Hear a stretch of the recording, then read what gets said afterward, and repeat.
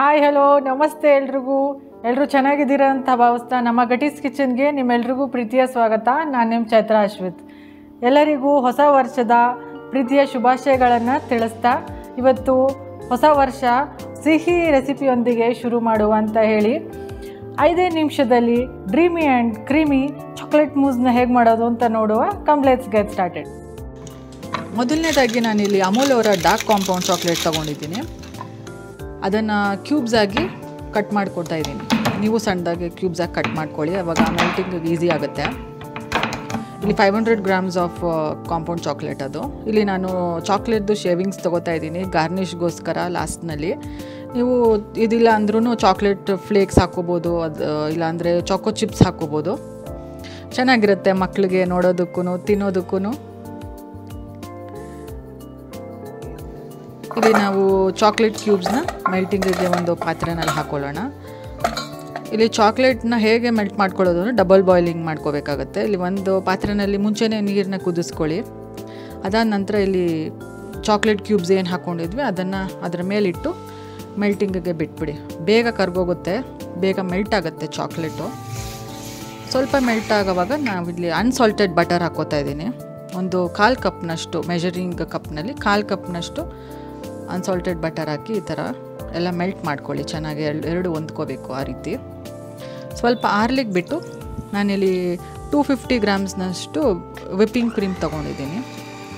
ಅದನ್ನು ಎರಡನ್ನೂ ಮಿಕ್ಸ್ ಮಾಡ್ಕೊಳ್ಳಿ, ವಿಪ್ ಮಾಡ್ಕೊಳ್ಳಿ. ಎಲೆಕ್ಟ್ರಿಕ್ ಬ್ಲೆಂಡರ್ನಲ್ಲಿ ಮಾಡ್ಕೋತಾ ಇದ್ದೀನಿ. ನಿಮಗೆ ಎಲೆಕ್ಟ್ರಿಕ್ ಬ್ಲೆಂಡರ್ ಇಲ್ಲ ಅಂದ್ರೂ ನಾರ್ಮಲ್ ಬೀಟರ್ನಲ್ಲಿ ಕೂಡ ಮಾಡ್ಕೋಬೋದು.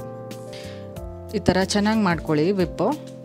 ಈ ಥರ ನಿಮಗೆ ಪೀಕ್ಸ್ ಬರಬೇಕು, ಆ ರೀತಿ ಚೆನ್ನಾಗಿ ವಿಪ್ ಮಾಡ್ಕೊಳ್ಳಿ. ಆವಾಗಲೇ ನಮಗೆ ಚಾಕ್ಲೇಟ್ ಮೂಸ್ ಚೆನ್ನಾಗಿ ಬರೋದು.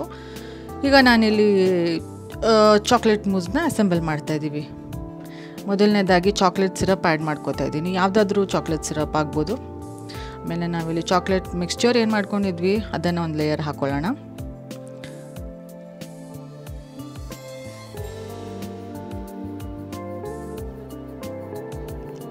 ಹಾಗೆ ಒಂದು ಲೇಯರು ಫ್ರೆಶ್ ಕ್ರೀಮ್ ಹಾಕ್ಕೋತಾ ಇದ್ದೀನಿ. ಇಲ್ಲಿ ಸ್ಟ್ರಾಬೆರಿ ಸೀಸನ್ ಅಂತ ಹೇಳಿ ಸ್ಟ್ರಾಬೆರಿ ಚಂಕ್ಸ್ನ ಆ್ಯಡ್ ಮಾಡ್ಕೋತಾ ಇದ್ದೀನಿ. ಇಲ್ಲಾಂದರೆ ನೀವು ಆರೆಂಜ್ ಸ್ಲೈಸಸ್ ಕೂಡ ಹಾಕ್ಬೋದು, ಇಲ್ಲಾಂದರೆ ಮ್ಯಾಂಗೋ ಸೀಸನ್ನಲ್ಲಿ ಮ್ಯಾಂಗೋ ಚಂಕ್ಸ್ ಕೂಡ ಆ್ಯಡ್ ಮಾಡ್ಬೋದು. ಅದಾದ ನಂತರ 1 more ಲೇಯರ್ ಇದು ಚಾಕ್ಲೇಟ್ ಮಿಕ್ಸ್ಚರ್ ಹಾಕ್ಕೊಳ್ಳೋಣ.